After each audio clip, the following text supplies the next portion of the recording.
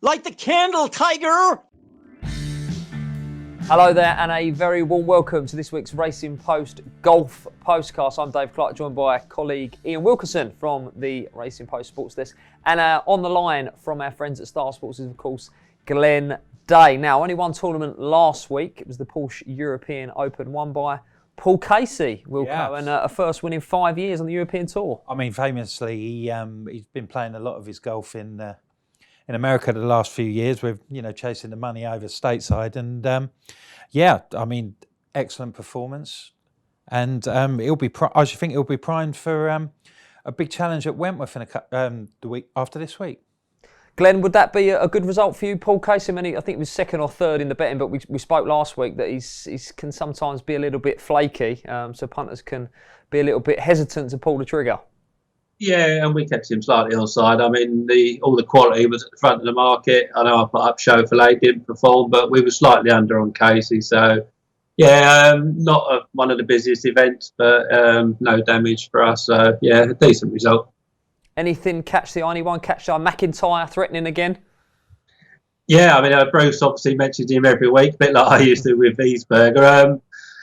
I say I've got him marked down as a Dunhill Links champion, so good to see him play well. I didn't want to see him win this week, but didn't want to see him go off the rails. So a birdie-free third round sort of derailed him a little bit, but he showed plenty of bottle to get himself back in contention and had a putt on the last to force his way into a playoff. So good performance again for the young man, and I'm sure his win will come very soon. No doubt about that. Now, I know he was busy over the weekend, running the Great North Run, but did you catch much of the golf? I caught a bit, and the player who caught my eye was Romain Wattel over the weekend. He's had a dreadful run. He missed 13 of 14 cuts from February to July, but he finished like an absolute train with a 67 and a 64. I think we'll talk about him a little bit later when we get onto the KLM. He finished sixth, so I think he could be on the verge of some big things. He's had a couple of top 20s in his more recent outings, and it was a good result for him. So he caught the eye. I think Casey as well. With as I said earlier, Wentworth round the corner. 10 years ago, he won the PGA there. It's going to be a very big. It's got a big following from some of the bigger players in the world. With 8 of the world's top 20 are going to play in it, for a European event is pretty high. And he's finished. He's got 6 other top 20 finishes there. So he'll look at the flagship event and he'll fancy his chances, I think. And one of 2 big price selections put up by Joe Champion last week. Yeah. So well on to the champ. Yeah, champ done well. 2 big prices, 100 to 1 and 200 to 1. I think, right, this week, gentlemen, we're sort of back to normality, PGA Tour and European Tour. But before we get onto the PGA Tour, Glenn, obviously the money list, are Star Sports offering betting on that? Is that a busy market for you guys? It's not a busy market, but obviously we price it up. All the main guys at the front of the market. Do you want a quick rundown? 5 to 2. Please do. Yeah, I'm sure Kupka's fav, is he? Yeah, 5 to 2 favourite. Yeah, 130 Rory, 9 to 1 Dustin Johnson, 9 to 1 Justin Thomas, 10's Rahm, 16 Cantlay, and 20 to 1 and upwards the others. Anyone catch the eye that you think is going to have a big, would have to be a huge year, Glenn? No one outside of the main players, really. They get to play in all the World Golf Championship events, all the majors. It's hard to see a shock in it these days, so I think that's why it's not so busy. It's not the sort of market that really gets me going, so I'll keep me powder dry. Okay, fair enough. I'm going to chuck out Justin Thomas because I think he's put that wrist injury behind him and he's going to be a monster this year. What about yourself, Wilco? They're always very competitive now. We're in the almost the post-Tiger era, I suppose, that, there are so many good players in the top 10 that all of them are capable of making a big push. But I just think, although it wouldn't be a price that I'd get excited about, I think McIlroy's just got that winning mentality, and that really came through in this year's playoffs, and that he's able to crank it up another gear, and he's got this desire to win that I think is, becoming his, he obviously hits the ball miles, but it's becoming one of his biggest assets. And I think he's going to go on from strength to strength, and I'd anticipate that he'd have another big year. Can he go up that level? Because as we mentioned, he's amongst that sort of upper echelon of players, the elite. Can he go one more and just dominate? I think he can, because I think there is a gap there for somebody to do it. And I think that he's got the mental fortitude to be the person who comes through that and gains that sort of that Tiger Woods type mentality of being the man to beat every week and thriving on that cup, because obviously he's got it in spades as well, because we've seen that from the fact that he performed so brilliantly in the majors, and when perhaps some of the more the less salubrious events, then he might not make his presence felt so much.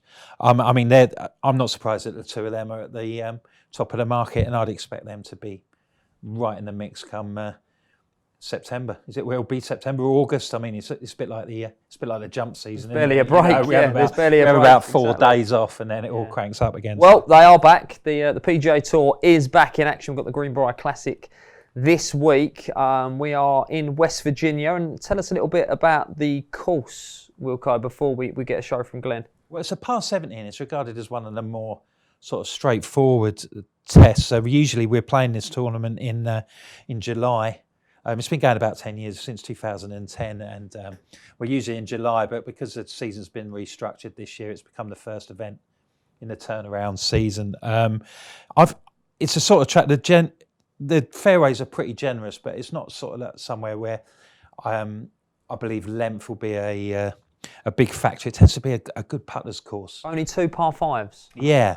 I mean, that would lend itself to a sort of like an accuracy sort of based track, and I mean, Kevin Na won it last year. He won by 5 shots, and he was top in the rankings for strokes gained putting, and I see that 6 of the last 8 winners are in the top 5 for that particular stat. So I would anticipate that we'll be looking for somebody who gets a flat stick in good shape this week, and they'll be making a big push to get off to a winning start. Someone who can boogie on the dance floor. Okay, then, Glenn, give us a show then, please, for the first event at the PGA Tour this season.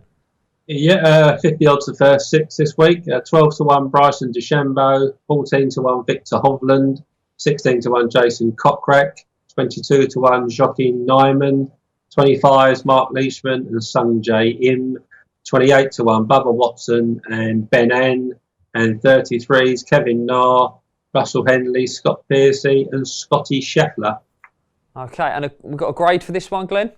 Yeah, it comes out at a 6. I was quite surprised, actually. I don't think there's a lot of real depth, but obviously DeChambeau, 10th in the world ranking. So, yeah, a solid 6. Surprised by that, actually. I was expecting sort of a 3 or 4, given it was the first event of the season. But, okay, then Wilco, talk us through your main pick. Well, my main pick is Niemann, Joaquin Niemann. He's 22 to 1. He's not won yet on the tour, but I think this could be an opportunity for him. He was 5th last year and 29th the year before on his 2 visits. But on both occasions, he finished really well with a 64 on the last day. And last year's opening round was a 63. So if he can just find that consistency in his performance, then I think he could go well. His last 11 regular PGA tournaments, he missed the cut at the Open and at the US PGA, but 31st is his worst finish. And I think his putting's been improving. I saw that his strokes gained, he was in the minus figures for the general season, but like the last 10 weeks, he's been putting a lot better. And I think this is something where he could come to the fore and make a big challenge. Okay, Glenn, how many are you putting up this week? I've got 5 for this one. 5, right. Give us your main pick, your strongest fancy first then, please. Main pick is Sung Jae Im, 2-time Corn Ferry Tour winner in 2018. Become the 2nd youngest winner on that tour behind Jason Day. Also had 3 runner-up finishes and topped the regular season money list. Kicked off last season, tied 4th at the Safeway Open. And despite playing more events, 35, than any other player, he maintained a good level of consistency for most of the year, posting 16 top 25s and 7 top 10s. They did have a bit of a mid-season blip for 4 events, but finished off with places of 7, 21st, 21st, 15th, 26th, miscut, 6th, 38th, 11th and 15th. That miscut was in the Open, and the last 3 events were the FedEx Cup playoffs. Highlighting his consistency as he made it to the Tour Championship as a rookie, despite not winning all season. Both a solid all-round game, but got the number 1 pick this week due to his putting. In his last 20 events, 5 times he ranked in the top 10 in putting, and in the last two, the BMW Championship and the Tour Championship, he ranked 4th and 3rd. That's no mean feat given the quality of the opposition he was up against. He also ranked number 1 in putting at the Canadian Open in a field that included McIlroy, Koepka, Simpson, Watson, and Open champion Shane Lowry. Not played the course before, but that shouldn't be a hindrance. That was the case with all the courses he faced last season, and he was the Tour's leading birdie maker. One of an impressive group of youngsters starting the season, who'll surely win in the coming months, and the 21-year-old Korean could be the first to strike this week. Okay, sounds like one to follow at least. Surely will be winning in the coming months.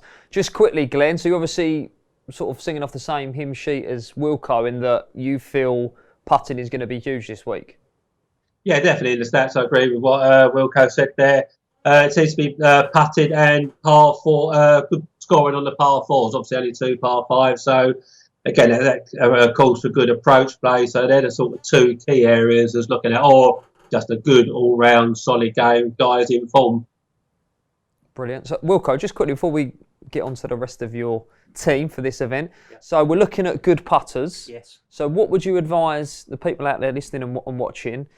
What are you looking for when you're trying to find a good putter? What stats are you looking for? What are you looking for in the benefit in the profile? With the American events, they are quite advanced on the Europeans when it comes to the strokes gained statistics.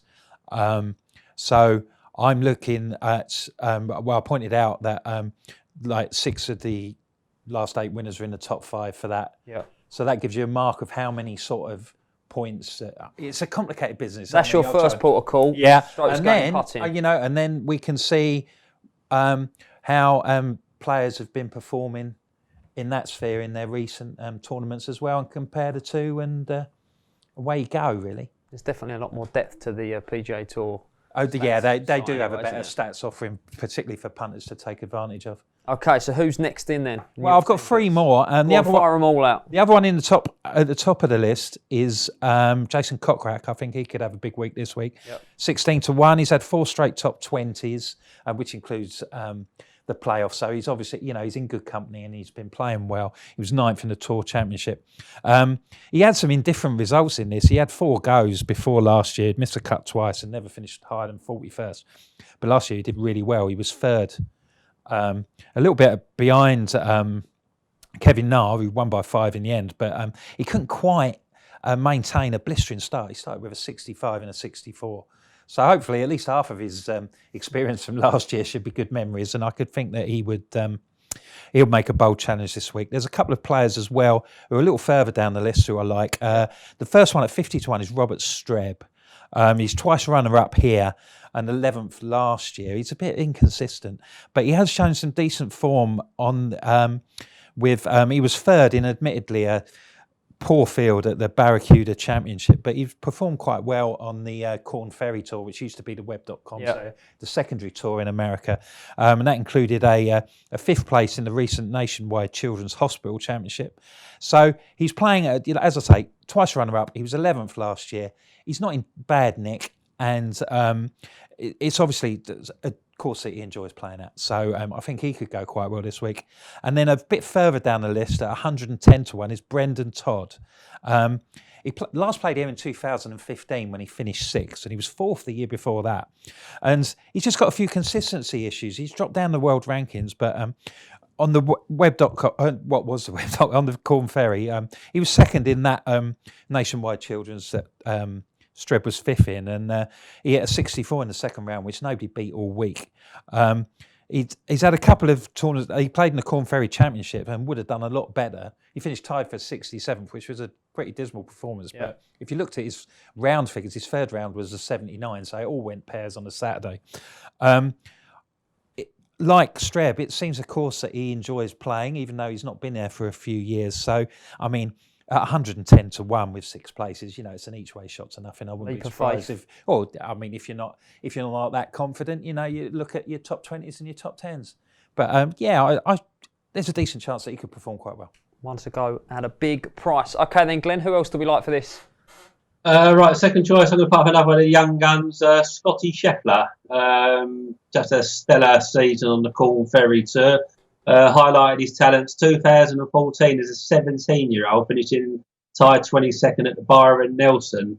His 4 goes on the PGA Tour last season, tied 45th, tied 20th, tied 35th, and a missed cut at the US Open. But it was on the Corn Ferry Tour where he really did well. 2 victories, 2 runner-up finishes, 10 top 10s. And in the playoffs, he had a win, a tied 11th and a tied 7th. So coming here, really good nick.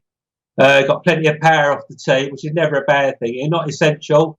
Regularly averages over 310 yards, but as an all-round game. His rankings on the tour last season, on the Corn Ferry Tour, he's number 1 in scoring average, number 1 in putting, number 1 in birdies or better, and number 1 in par 5 scoring. And even as a young man in his first full year on tour, I think he looks ready to give a good account this week. And then number 3, I'm going to go for Denny McCarthy, purely for his putting prowess. Flitted backwards and forwards between the Corn Ferry and the PGA Tour. 4th at Corrales a couple of years ago. Looked like he's going to lose his car, so he went back to the Corn Ferry playoffs. And a tied 5th, a tied 9th, a tied 3rd, and then won the Corn Ferry Tour Championship by 4 shots from former US Open champ Lucas Glover. He struggled a little bit again this season, been a bit in and out, but in his last 7 starts, he found a bit of consistency. An 11th place finish and 3 top 25s. Like I say, but it's on the greens where he really comes alive, and obviously that's a major asset round here. And he ranked number 1 on tour in strokes gained putting. Also ranked 9th in scrambling, so obviously proves he's got a very good short game. So as long as he can keep it on the fairway off the tee, and he's twice recently ranked in the top 5 in driving accuracy, he could be set for a good week as well in a state where he went to college. And give us prices on them 2 quickly, Glenn. Denny McCarthy is a 66 poke, and Scotty Scheffler is 33s. Oh, you're ducking him. He's a player that's been touted to have a big future, isn't he? So you're keeping him on side a little bit. He's showed that as a 17-year-old and flitted backwards and forwards. But yeah, excellent this year. And so all these youngsters nowadays, they're just ready to go straight away, aren't they? So straight out the traps, and he's in form, bump straight out on tour and have another go. And then one more. Have you got one more to come, Glenn? 2 more. I'll be very quick on these 2. Go on, far away. Cameron Tringali, 33 years old now, long been touted as a winner, but not quite got the job done yet. Never had a poor start to last season, but 6 top 20 finishes in his final 11 events, including the tied 3rd at the Rocket Mortgage Classic. In those events, he 3 times ranked in the top 4 in greens in regulation, and ranked 7th on tour for par 4 scoring, which is a key stat as fed round here. A decent short game. And he's finished 4th here in 2011 and 2014. So good experiences. As long as the month off break hasn't done him any harm, he's in the same sort of form. I think he could go okay. And the last one, Bryce Garnett. Similar sort of things. Dodgy start to the year, but found his form late on. 17th, 23rd, 37th, 18th. 6th at the Wyndham, where he had a real chance of winning going into the final day. But when others were firing the birdies, he couldn't quite get it going. Driving accuracy and scrambling were the keys to his improved form at the end of the season. He ranked 6th in putting at the Wyndham. And again, a month off, as long as he's in the same sort of form, I can see him playing well round here. He's had 3 goes in the past and only shot 1 round over par. So a big price, could give you a run for your money this week. Marvellous. And before we move on, gents, I'll ask you first, Wilco, why not the man over your left shoulder, Mr. DeChambeau? DeChambeau, just a bit short, really. 12 to 1. I mean, he recovered well, didn't he? He was 7th in the Tour Championship after all the fuss about the slow play and all that sort of thing, which I did. Warranted? Yeah, probably. It's got to be, isn't it? I mean, if the whole passage of play gets so slow nowadays that if you stand out as a slow player, then you really are in trouble. I think if the top 2 in the market, I mean, Victor Hovland, the talented former amateur who's setting the world alight. He's had 6 successive top 20s. I mean, he'll come into the reckoning this week. I think he's always going to be popular. But I mean, this is a time of the year where, if you know your Corn Ferry golf and you know your young up and coming players, they're so hungry to hit the ground running. They're dreaming of sort of like, if I can get an early win, then book my card. There's so much motivation. I could play in the Masters. There's so much motivation for them that they're the ones to really look out for, I think. Try and catch the likes of Glenn snoozing a little bit with the youngsters. Glenn, why not Mr. DeChambeau? No value, as Ian said. This slow pay thing hanging over his head. I just don't think there's any value. We had a bit of an iffy end to the season. One decent performance in there, but I just don't see him getting the job done this week. Yeah, he was 14th 2 years ago, on his only other visit. But yeah, I'm not mad on him this week. Glenn's going to take him on. So if you fancy DeChambeau, then roll up, Star Sports for you. Right, let's move on then to the European Tour. It's the KLM Open, formerly known as the Dutch Open, described as a nomadic event, Wilco, sort of on the move this week. Yeah, we're on the. Yeah, this is they're playing at the International in Amsterdam, which is sort of like just at the end of the runway at the main airport in the Dutch capital, and we've not been there before. Right. It's hosted a couple of seniors events in like a few years ago, but this is the first time it's been on the European Tour, and it's a little bit sketchy of what we're going to expect. I mean, with no course. With not a huge amount of course details out there and plainly no course form, it's not a week to get too drastically involved. But done some digging. What we found? It looks like there's plenty of rough. It looks quite testing. The rough looks testing, and there's a lot of water around the course as well. So it's difficult to describe it as a link sort of. It's link style rough without it being a link style course really. There's 5 par 5s again for the second week running. Like we like that. Porsche. But no real sort of beasts among them. It looks like a place like if you get the take that I've had about it is that it's going to be one that rewards accuracy. So I've looked at players who are good at driving it straight and finding their greens in regulation. The putting surfaces are described as undulating, but that obviously are they large greens? Well, it's not particularly clear. It's not something it's going to be one that we're going to have to, get a better idea, later in the week. But I wouldn't. I think accuracy will be more important than power this week on this track. I'm sure. I'm absolutely certain that Glenn has done some digging. What have you found, Glenn? No, similar to what he has done, but I've got a different view on it. I've gone two of the guys I'm going to put up are aggressive players. I think with the short par 5s and there's a drivable par 4 as well. I think it could be a different type of player that wins here, but I'm going to go for the attacking type, the ones that are going to be aggressive. I think it'd be low scoring on the week, so the guys that fire lots of birdies, that's what I'm looking at. And 5, same as last week, Glenn, 5 par 5s, par 5 scoring, going to be big again. Yeah, it should be. Yeah, like as I said, they're all fairly short on the standard yardage sheet. So obviously, I'm sure they can move the tees forward or back, but most of them look like they're reachable in 2. So water in play, risk and reward and all that. But yeah, there'll be guys out there that want to take them on, and that could be won and lost. Okay, well, give us a show from Star Sports then, please, Glenn. I'm sure Mr. Patrick Reed heading the betting again, is he?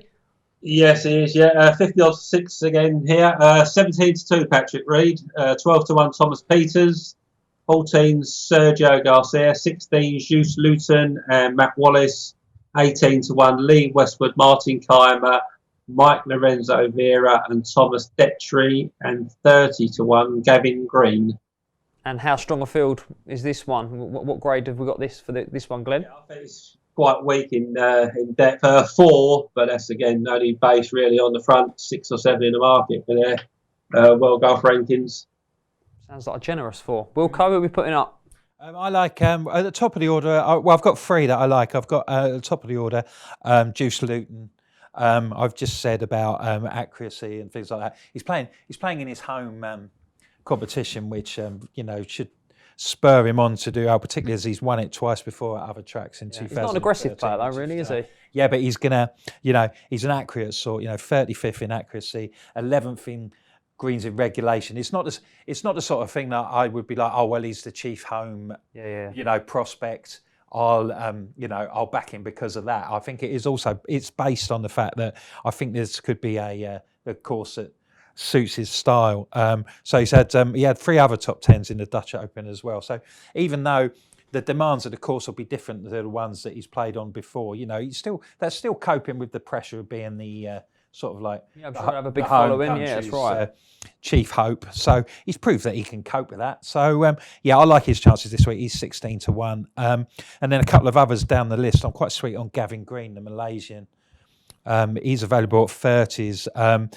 Similar sort of figures in the two. On the two statistics that I pointed out with Luton, he's 6th in greens in regulation and 27th in accuracy. He's put in some decent recent performances. He got top 20s in his last two at the Scandinavian Invitation and the European Masters. So in this sort of company, then he could make a bold push. He's had 3 other top 10s this year as well. So he comes in here. He comes into the tournament in decent nick. And the other one was the name that I mentioned at the top of the programme to take out of Porsche Open, Romain Wattel, because he had such a strong finish last week. He won this 2 years ago as well, even though that was at a different venue. So I don't think that could be a bad thing. He's had a couple of top 20s in Scotland and the Czech Republic, which got him back on track after a pretty dismal run in the spring where he struggled to make cuts. So I'd fancy him to go quite well. He's 60-1. I think that's quite generous. The dreaded M word, momentum. Yes. Well, does matter. Okay, right, Glenn. Who do we like? Well, he has just stolen my thunder there. I'm going to put up Romain Wattel as my number 1. Now, Joe put him up last week, obviously, so I kept a bit of an eye out for him. But they say he's very inconsistent. Missed 9 of his first 10 cuts this season. But as Ian alluded to there, a bit of form recently, tied 20th in Scotland, tied 14th for the Czech Masters and 6th last week. And said closing with a 67-64. It's just a very aggressive player. And I think this type of golf, short course, as I said before, I think it will suit him. Where are we here? He's 75% of greens in regulation and ranked 6th in putting last week. Also made as many birdies as Paul Casey.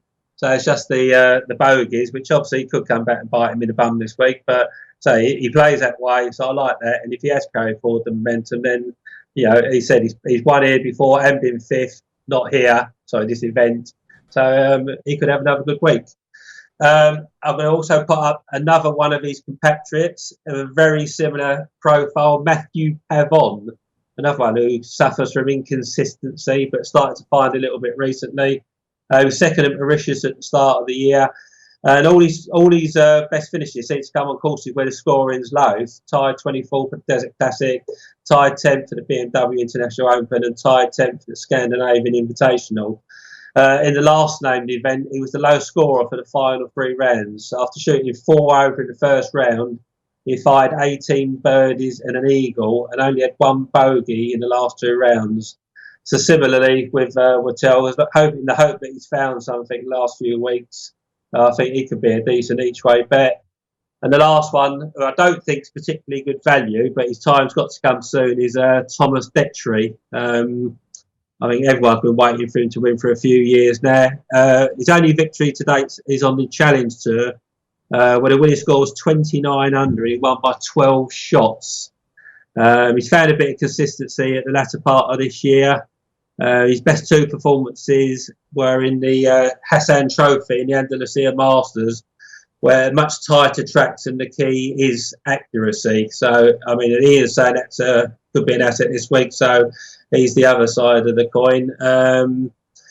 Good greens in regulation, stats. Needs to improve a little bit with the flat stick, but his time's going to come soon, and a new track might spark him into life. Definitely a winner in waiting, that one. Glenn, just quickly before we round up this week's selections, this kind of course, the same what we saw last week, 5 par 5s, in running, there's still hope for those a little bit off the pace, isn't there? Oh, definitely. Yeah, last week's one was major in that respect. 3 of the par 5s coming in the last 4 holes, weren't they? So, yeah, I mean, there's always so much can change, especially if they're reachable into, eagles are in the mix, and obviously with water in play, double bogeys as well. So, yeah.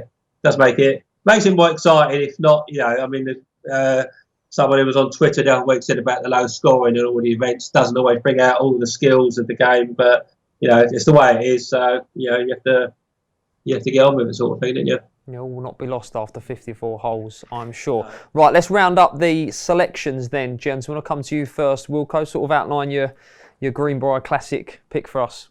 I'll take Nyman at 22 to 1. You know, I said that, you know, he's shown that he's capable of shooting a low score around the West Virginian track. He's in decent nick, consistent performer, not a great field. I could see him putting up a bold challenge this week. And for you, Glenn, your main pick in the Greenbrier? Sung Jae Im.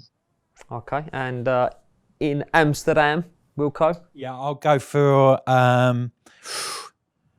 Gavin Green at 30 to 1. I like Luton as well at the top of the market. So, I'll take, if I had an outright bet, I'd back on Green at 30 to 1. I like Luton, and I'd like the price of him being even money with Star Sports to get the better of Sergio Garcia, who was 7th at Valderrama at a course where he usually hoses up. He loves playing there. It's his favourite track, but he's not done much for the last couple of months, and I think Luton can put him in his place. Good stuff. And finally, Glenn, in the KLM Open, who's your main pick?